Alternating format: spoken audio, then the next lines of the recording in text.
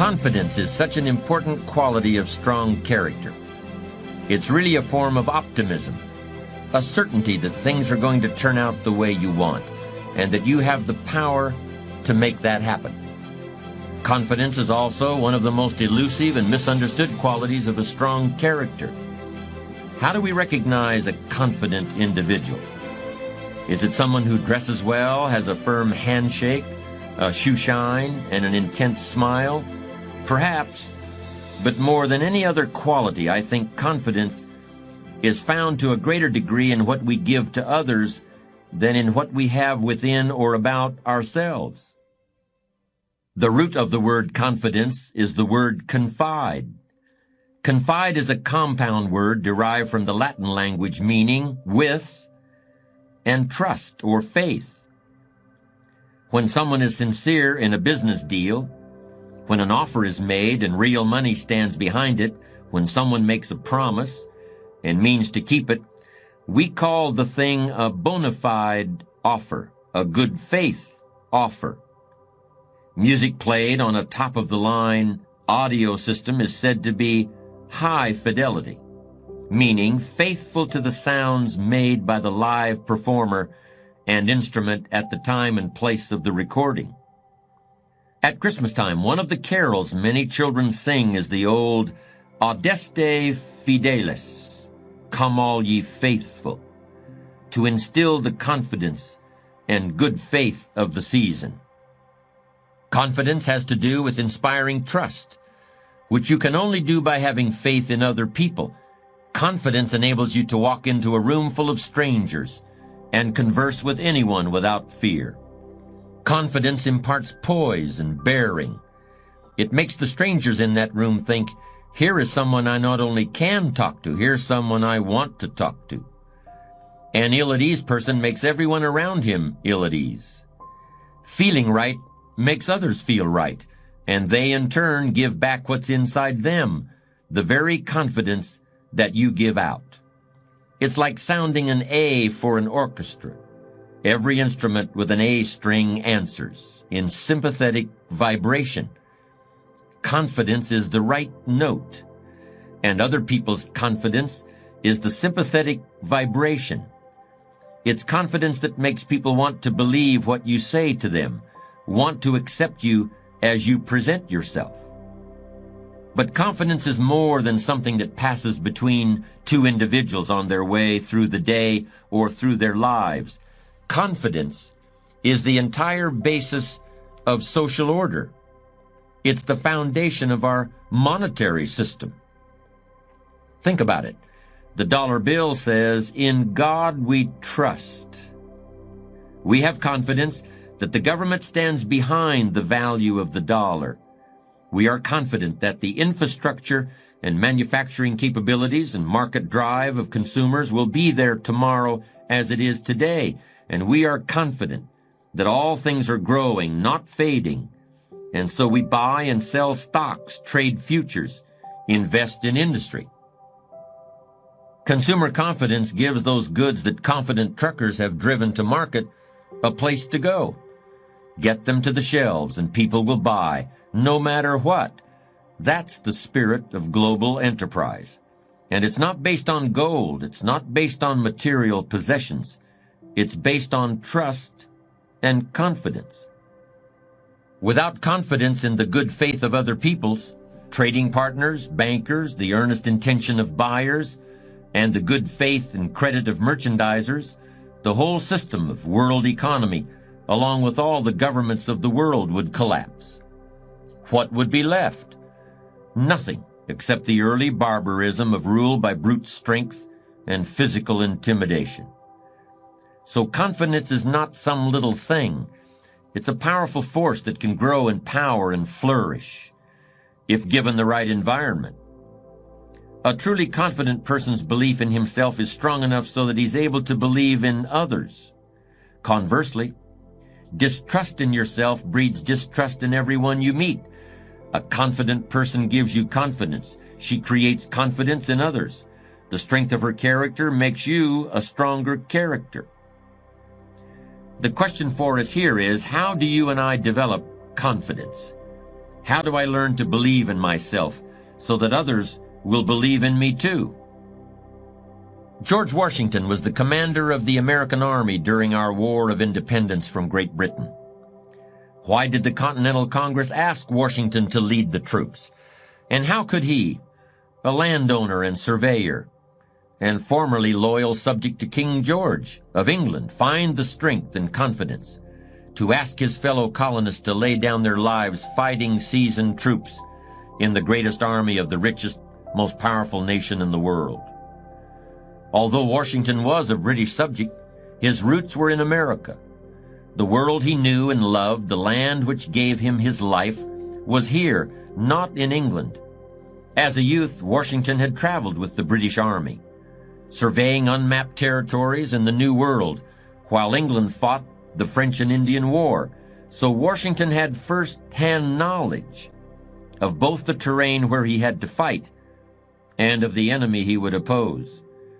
And because he traveled with the army as a surveyor instead of as an officer, George Washington knew the temper and stuff of the men he would actually have to fight, and understood that with fortitude, patience, and confidence in the justness of the colonial cause, his little army could and would prevail. Largely through his ability to impart his own inner confidence to the men fighting under him, George Washington of Virginia was able to not only win the war against the Redcoats, but also to be called Father of his country. And no amount of historical debunking from his time to now has managed to tarnish the image he has left us. George Washington still inspires confidence, and his face is found on that one piece of paper that has the respect of the entire world, the American dollar bill. And here it's clearly a case of the face inspiring the confidence, rather than the number on the bill giving value to the face. All right, you say, all this history makes a fine story. I'm convinced, I want in. But I don't have the strength of George Washington, the faith of Brigham Young, the imagination of Pablo Picasso. Heck, I don't even have a law degree or good connections in the county highway department. How can I achieve this level of belief in myself? I think I can give some very specific answers to your question. Because if you've heard me this far and want to know more, it means I've earned your confidence. And remember, you can't inspire confidence or feel confident in yourself if you can't feel confidence in others. So in a real sense, the first important step has already been taken, and you're already on your way to a new world of confidence. If only we venture just a little further down this path we are standing on, looking ahead together. There are 3 areas which we have to talk about before you're ready to add confidence to the other building blocks of your unshakable character.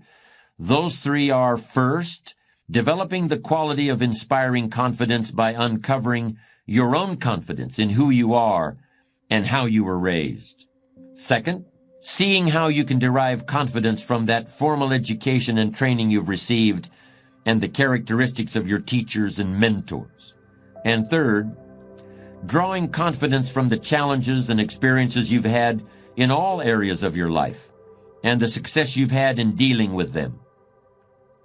Let's look at each one of these areas one by one.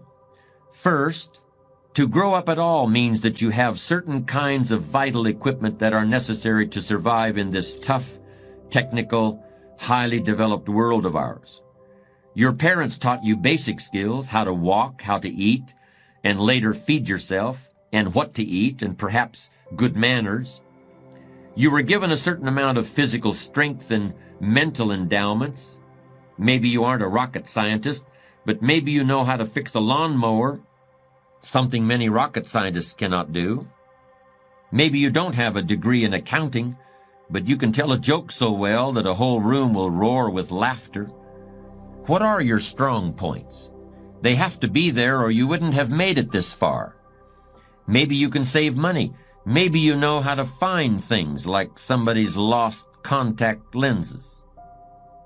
Chances are you not only have a personal strength, a gift or talent or real ability, that should be a source of pride and give you real confidence, but it's something you take so for granted that you don't realize what it's worth.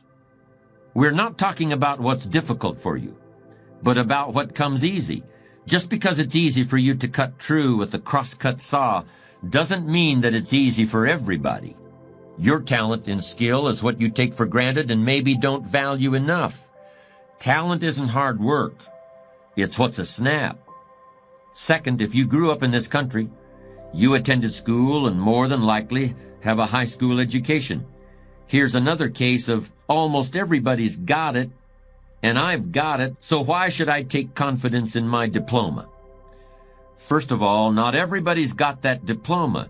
And second of all, this is one of the few countries in the world where almost everyone can read and write and do math. So we take for granted something that in the backwoods of nowhere would probably qualify you to be president or the king or the big boss. So, boss, don't sell that sheepskin short because you do have it. You wouldn't think of it as nothing if you didn't have one. Also, your teachers, your mentors, who showed you the ropes at the first job or at the new place, they saw something in you that you maybe didn't see yourself. Want to know what that something is exactly? Well, if you can pinpoint what they gave you, what they showed you, you will see yourself through the eyes of that other person, that teacher or mentor or newfound friend. Because what they give you is what they see in you already, invisible to yourself. If they didn't see that you were capable of running that machine, taking that order, landing that account, making that sale just as they were capable, then they wouldn't bother to teach you in the first place. They had confidence in abilities that you may not have known you had. And they shared that confidence with you because you already had the skill. You only needed the sharing.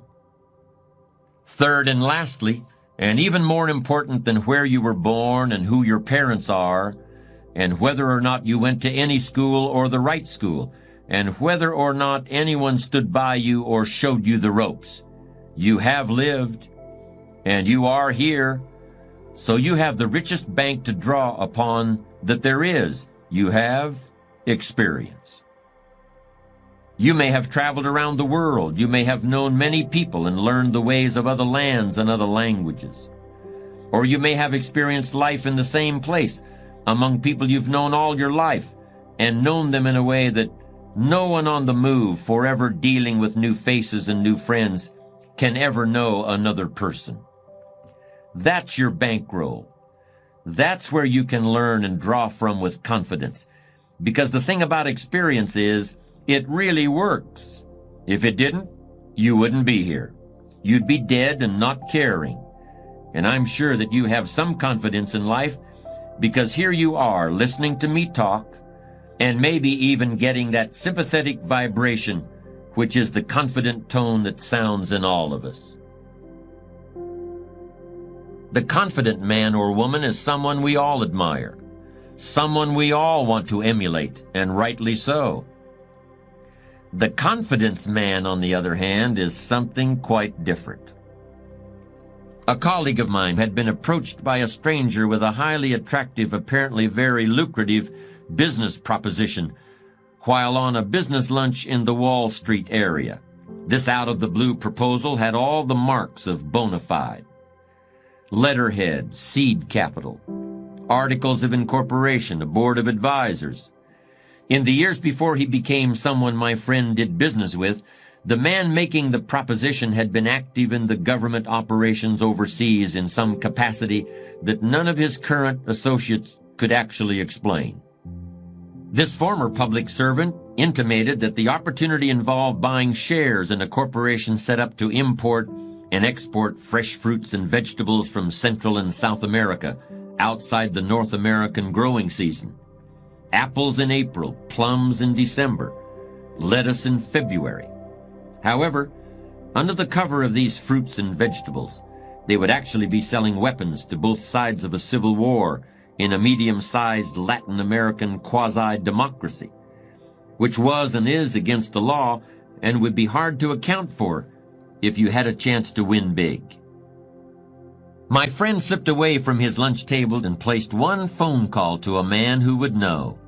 Sure enough, this very individual had been accepting investments from wealthy individuals all over the country, without ever showing his books. Furthermore, so the plan ran, investors would be invited to inspect the foreign warehouses where their goods were stored, and then held for sizable ransom from their families, friends, and business associates. Can you imagine what kind of person would attempt to play such a trick on someone who knows his way around? So much for one of the few real confidence men that still operate out of a restaurant.